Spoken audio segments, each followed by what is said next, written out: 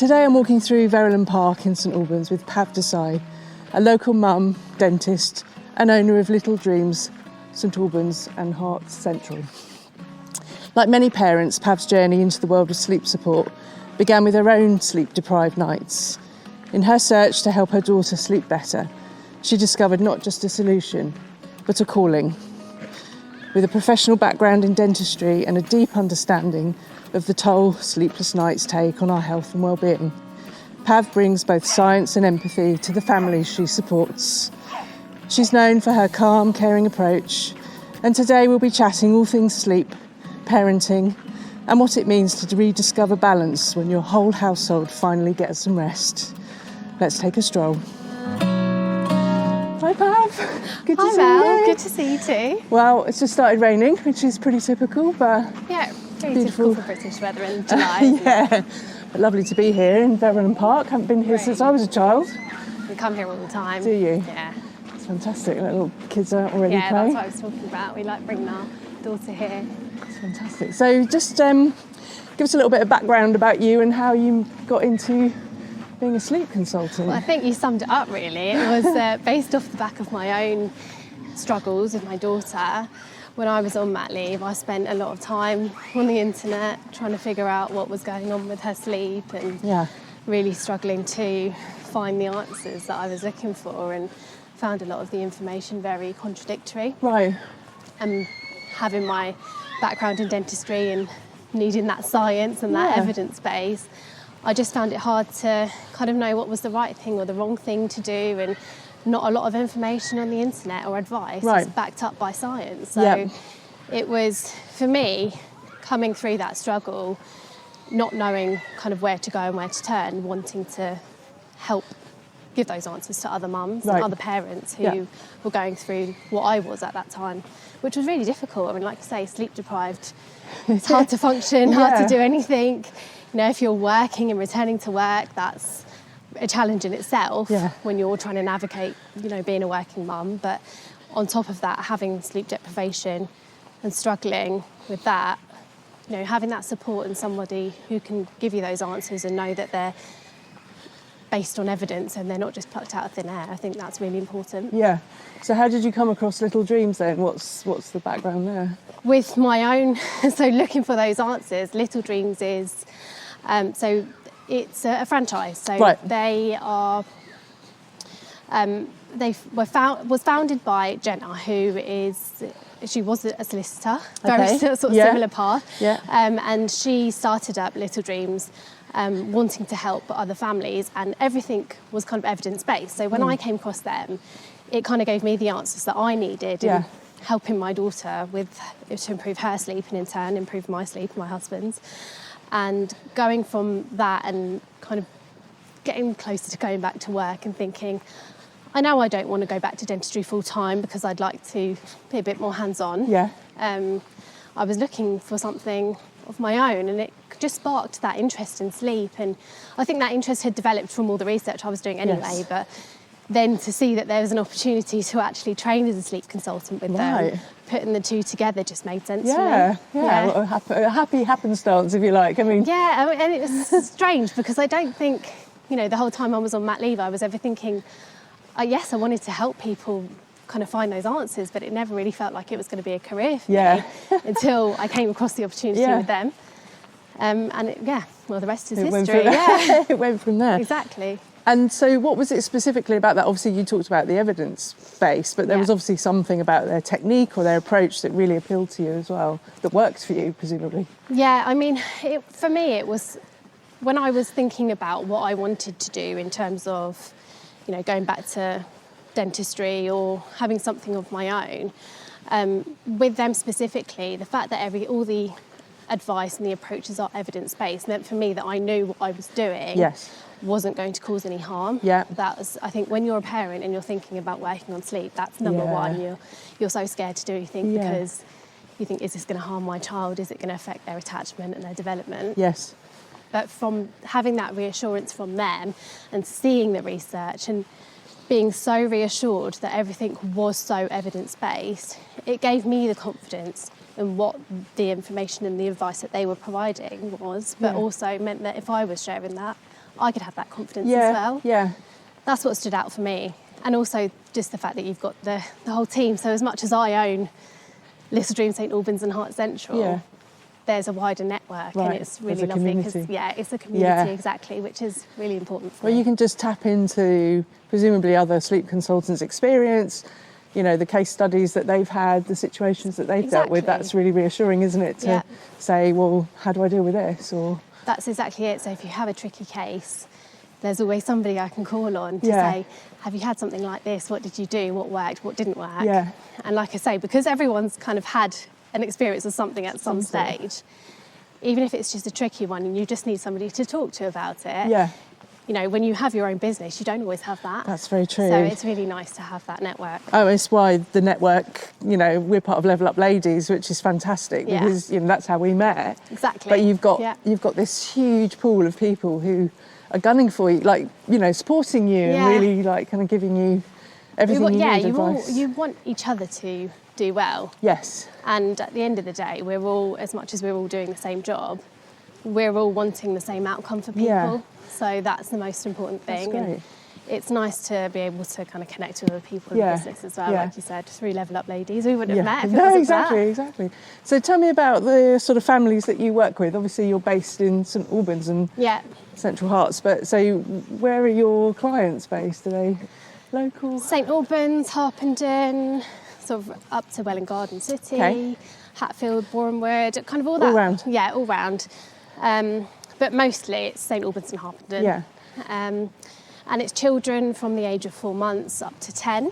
Wow. So it does surprise people sometimes when you say that children as old as 10 can have sleep challenges, but they absolutely can. And it's, you know, what works for one child doesn't work for another. So it's very much, you know, the crux of it is personalised support when I'm working one-to-one with a family. But I also do offer group support as well. So it might be kind of new mums who are a bit unsure about what's happening with sleep. They don't need one-to-one, but just information, just education. An easy way to access everything you got hold of, Yeah, so I do offer that group support as well for mums who just need a little bit of guidance, but not necessarily as much hands-on support. And would you say it's the mums really that drive the conversation with you, that come to you? Yeah, although I have had a few dads getting in touch as well. I think it's the dads when the mums are really struggling. Okay. Because they can see the effect. They can see the effect it's having on mum, and those are often the dads that get in touch. Yeah. And they are kind of like, we need to do something. I had a call last week and that was the case actually. So it's not just about the child, it's about the well-being of the whole family. Yeah.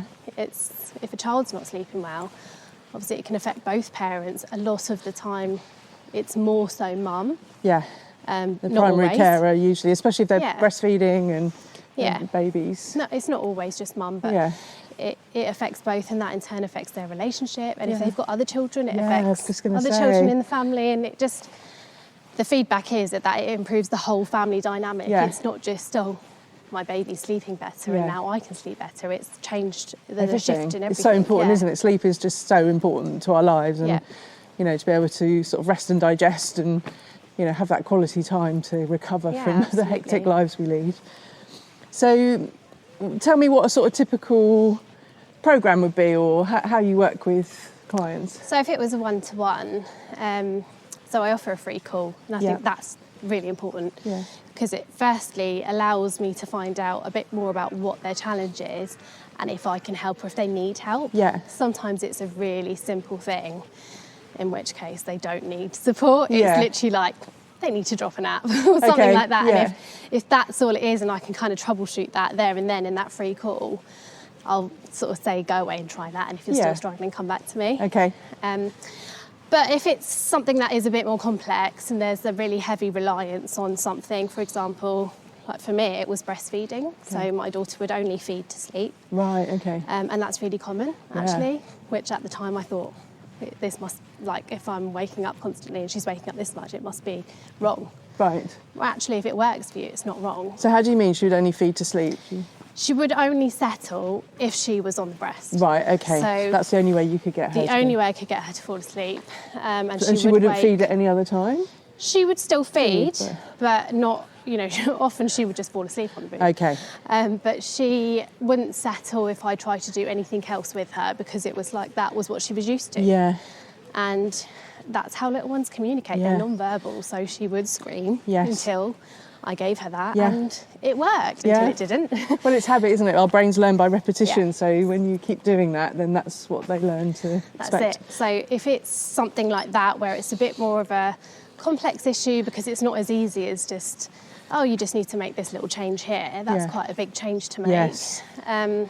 Getting a lot of information from that family would be how I create something personalised for them. Yeah. So knowing the whole picture, Okay. how that little one feeds, Yeah. what their normal day-to-day routine is like, what mum and dad's parenting style is, Yeah. what they've tried, all the things that allow me to know basically everything about that child, and then put forward a plan that I think will work well for them. Yeah. And what works for one baby or child doesn't work for another. Okay. So you might have to adapt and learn. Absolutely. And, yeah. It's very rare that you kind of make the plan and then say, off you go, Done. and that's it. It's day by day, and then I'll support them through that plan for 2 to 3 weeks, Okay. making changes as we go, Yeah. depending on how the little one responds. Yeah. So that's the most important thing, and that's what makes it so bespoke. Right. Is we see how they respond, Yes. and then we respond. And then oh, nice. So okay. if it's not working, we know we need to change something. Yeah. I suppose that is also, setting out at the beginning that for the family and the mum and the dad, it's a journey. Like, it's not a quick fix. It's not Yeah. necessarily, you are going to have to adapt. And so creating a sort of trusting partnership's got to be really important. Exactly, that's the important bit, because when things get challenging, they need, obviously that support is there from my end, Yeah. but they need to trust in what I'm telling them. Yes. And it's hard, sometimes you feel like you know what's best for your child, and don't get me wrong, a lot of the time you do, but when things can feel a bit uncomfortable and a bit different, you Yeah. question if you're doing the right thing. Yeah. I can imagine there's an awful lot of that, of Yeah. why am I not getting this right? Am I doing something wrong? Is it me? I'm sure that's where I was Yeah. with my daughter, was Yeah, what am I she's doing? waking up so frequently, what am I doing wrong? Yeah. And actually, if I knew then what I knew now, Yeah. I wasn't You wouldn't doing beat anything yourself wrong. up. Yeah. That's it, And isn't do it? you know what? That works for some mums, co-sleeping and breastfeeding to sleep all night long works. So they don't need to change that. There's nothing wrong with it. Yeah. But if it doesn't work and it's not sustainable, that's the time to think Yeah. about making a change. Yeah, yeah.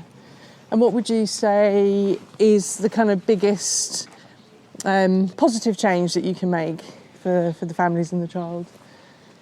So for parents in particular, it often is the case where they're not sleeping in the same room anymore, Right. and they haven't done for years. Yeah. So when parents come back together, we'll set goals before Yeah, we start working okay. together. And a lot of the time for that couple, it might be, we'd like to sleep in the same room again. Yeah. That's really nice, because you know that you've made a difference to their relationship. So that's because the baby then has become that sort of thing that pushes them apart, exactly. literally. Often is the case that Yeah. the little one's not sleeping well, dad's got to go to work, so on maternity leave, mum's with the Yeah. baby, dad's in the other room, Yeah. and then 5-6 years later, that's still the case. Right, again, So- another habit that's been created. Exactly. So obviously, as your child gets bigger, there's not space for 3 in Yeah, the bed. yeah, yeah. So that's really rewarding Yeah. to see when it's not just that they've commented on how much happier their child is, but actually it's done wonders How for our they've relationship. connected. Yeah. Yeah, and had that time back in the evening, especially for kind of more new parents. As you do when you have a newborn, you lose that time to yourselves. Yes. And then as they absolutely. get older and they have a bit more routine, you can absolutely get that time back. But if they're so reliant on you and they're not sleeping well, it's challenging. Yeah, very much, Yeah. very much. So what's the biggest sort of mistake that you would say, or just pitfall that people fall into? Well, firstly, I wouldn't ever say, there's bad habits. Yeah, It's always the case is if what you're doing is working, carry you don't on. need to change it. Yeah. I don't have the view that this is how you should do things and this is the only way. I think if what works for you works, carry on doing it. If everyone's happy, well rested, they're safe. Yeah, But probably, as we know, babies go through a lot of development. They have these developmental milestones and leaps. And every time they have one of those, it impacts sleep. And often what parents will do is think, oh, they're not sleeping well, I'll help them more. And start doing newer things. Extra things. Yeah, extra things, kind of, I'll start patting them, I'll start rocking them, which they may not have been doing before. Okay. And then they've come through that phase, or actually, if you hadn't done anything, their sleep would have probably gone back to normal. Just gone back to normal anyway. But it's then that development of a new habit, like you said. Doesn't mean it's a bad habit if it's working. Okay.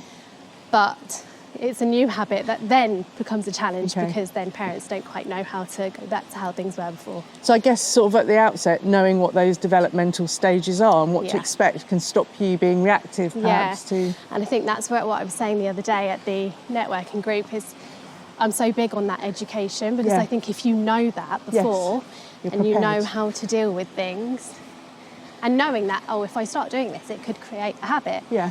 And I might not want that habit long term. Yeah. And I think for me, if I'd known that, I probably would have not started feeding my daughter to sleep. I would have been a bit more mindful about feeding her and her falling asleep so much because I didn't realise that it would get to a point that she couldn't sleep without it. Yeah.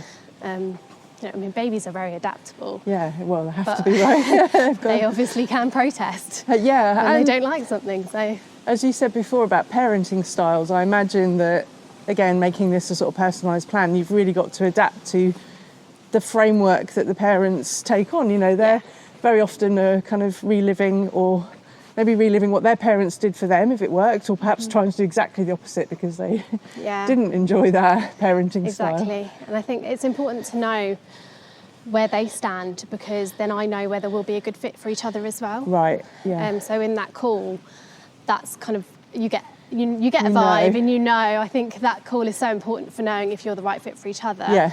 Not just if I think the way that I work is going to help them, but also if I'm the right person for them and vice versa, because the principles for every family are more or less the same. You know, it has to be based on consistency.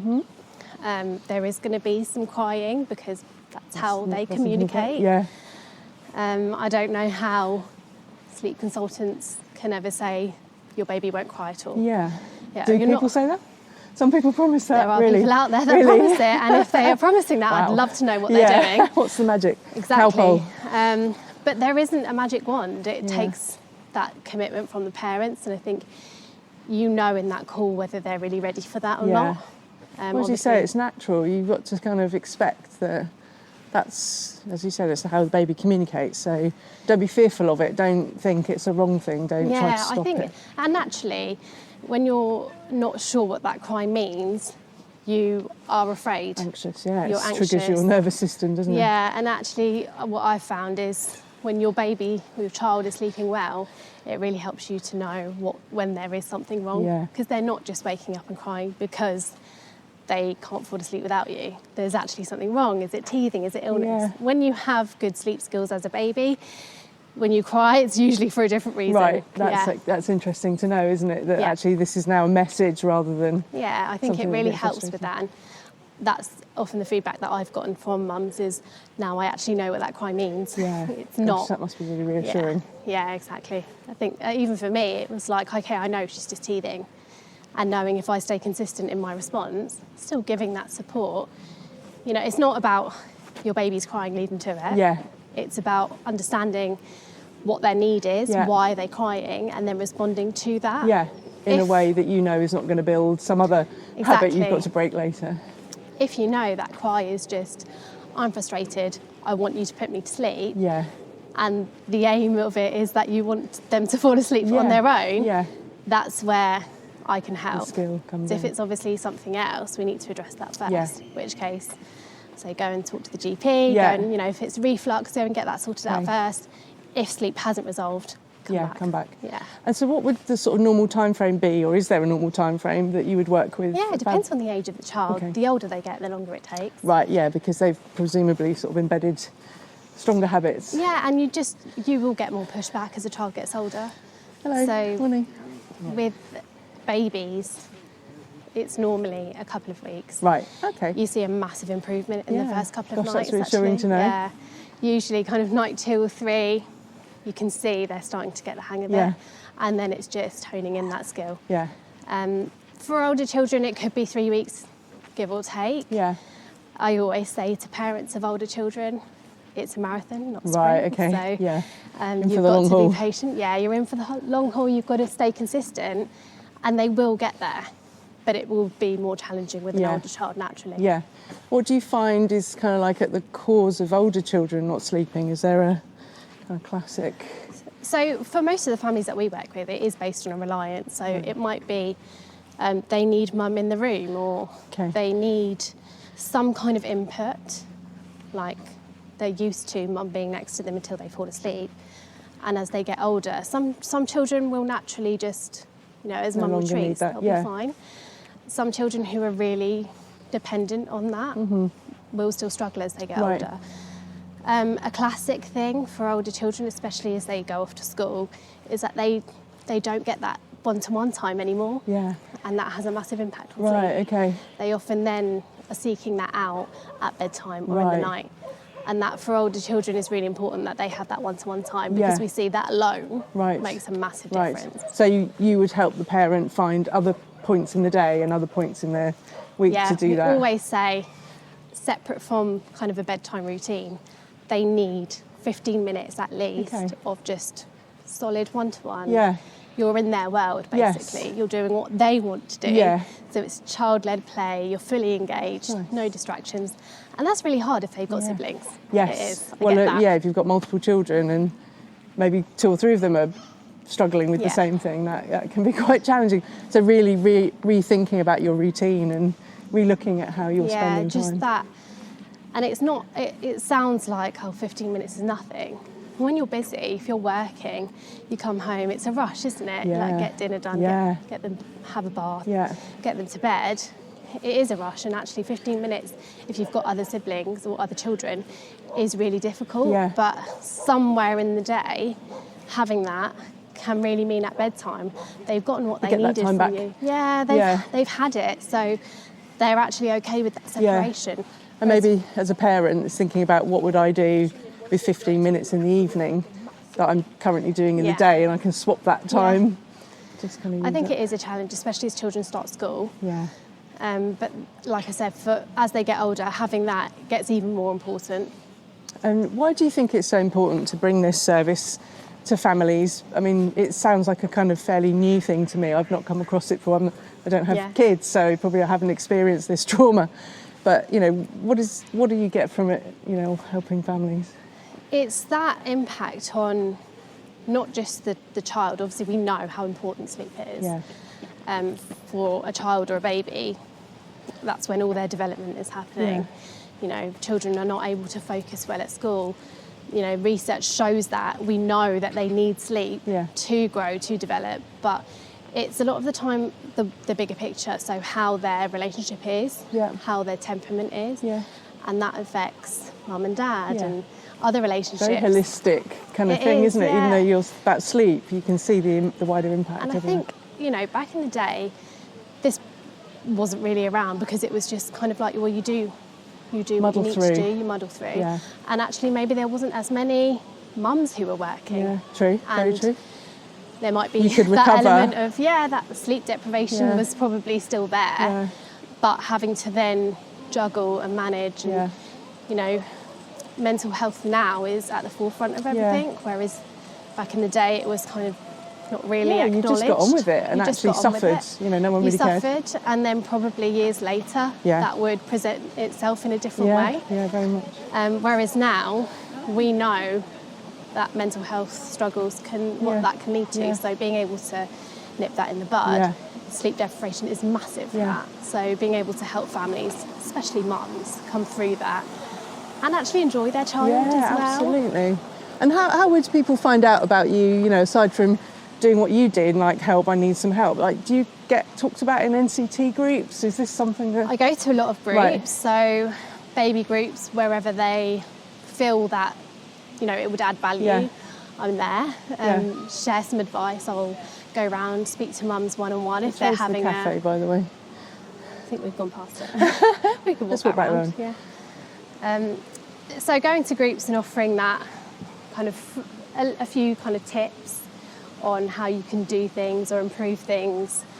And if there are mums who have questions, I say mums, a lot of the time it's mums. You do get some dads that are there, but most of the time it's mum there with the little one, and they're like, oh, actually, yeah, I do have loads of questions. Yeah. And only off the back of that, they might think, oh, okay, maybe I need to change something because this isn't really working. Or they've had it in the back of their head, but as you do when you're a busy parent, you just muddle through. Yeah.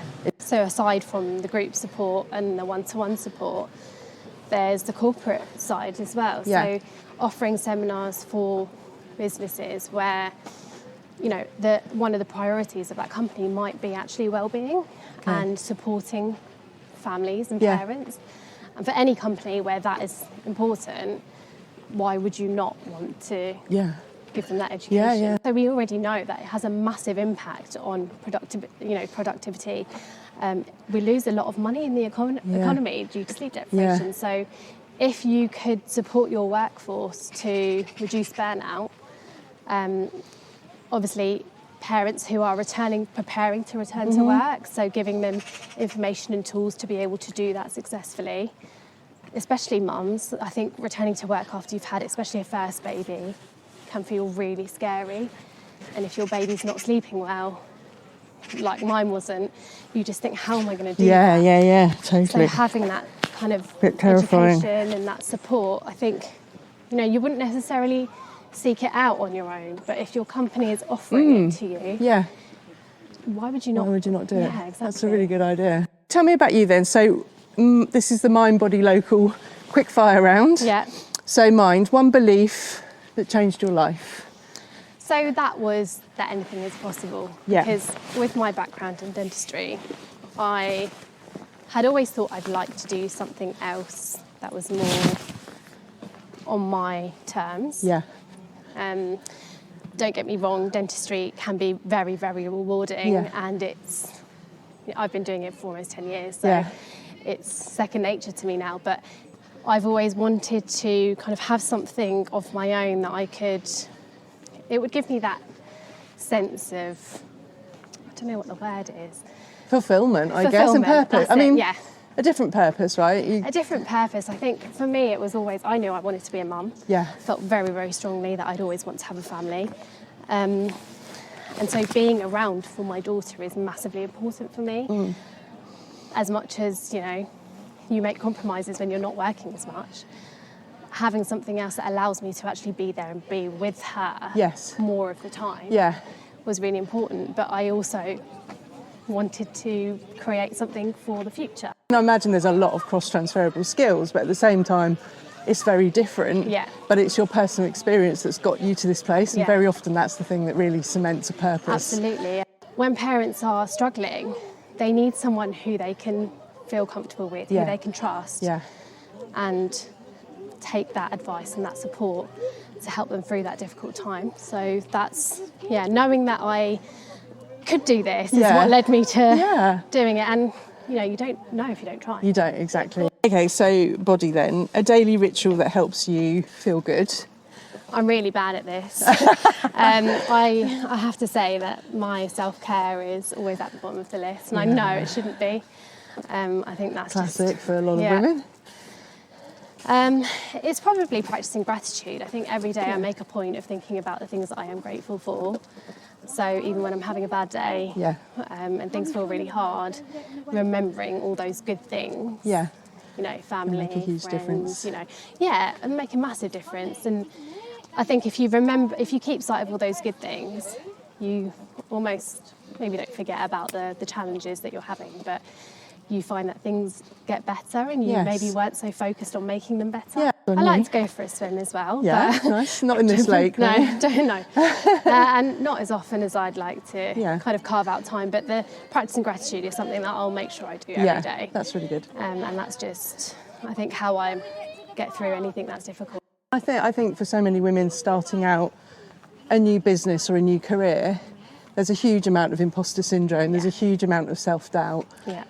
But everyone I've met, and certainly everyone in the Level Up Network, so focused, you know, so inspiring, and just giving yourself that little pat on the back and that self-belief can really propel you. And it's exactly what you said, that imposter syndrome. You feel like, I don't know if I'm good enough to be doing this. And somewhere along the way, I stopped feeling like that. I don't know when. Yeah. When you started believing in yourself, maybe. Exactly. And it's just having that kind of thought that I can do it. Can. It will get better. Yeah. I'll stop feeling like this eventually. Yeah.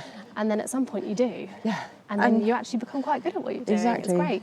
Okay, last question then. So, local. What's your favourite local place to go to, hang out? This is it. Yeah. Verulamium Like I Park. said, we used to bring our daughter here when she was a newborn, and we spent a lot of summers just walking around the lake, picnics. Yeah, nice. They've got that play area, which is great. Now she's a little bit older, can kind of leave her to it a little bit. This is just a really nice spot, I think, in the summer especially. Get a view of the cathedral.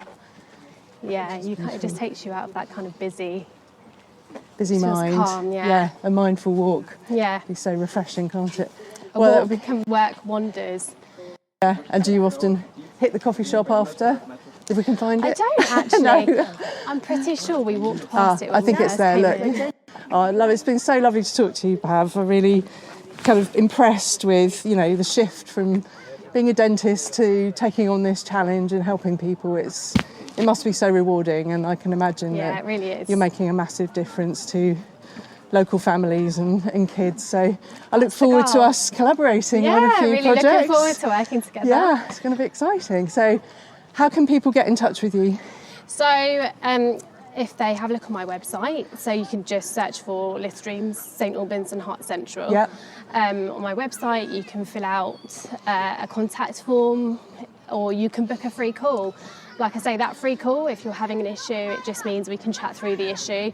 And if you do need support, I can kind of go through what that involves and how I work. Yeah. And there's no pressure to proceed after that. It's a totally free, no obligation call. So if you're thinking about getting support, or you're on the fence, or you don't know if you need it, just get in touch, book a call. Have a chat. And if you just need a few tips and a bit of guidance, there is so much information on my socials. Oh, brilliant. Okay, so follow you on Insta. Follow on Insta, lots of tips on there. And if you find something that helps, great. And if you don't find what you're looking for, drop me a message and I'll see if I can help. Brilliant. Fantastic. Look, there's the We cafe. found the coffee shop. In on the park. What would you like? Chai latte. Chai latte.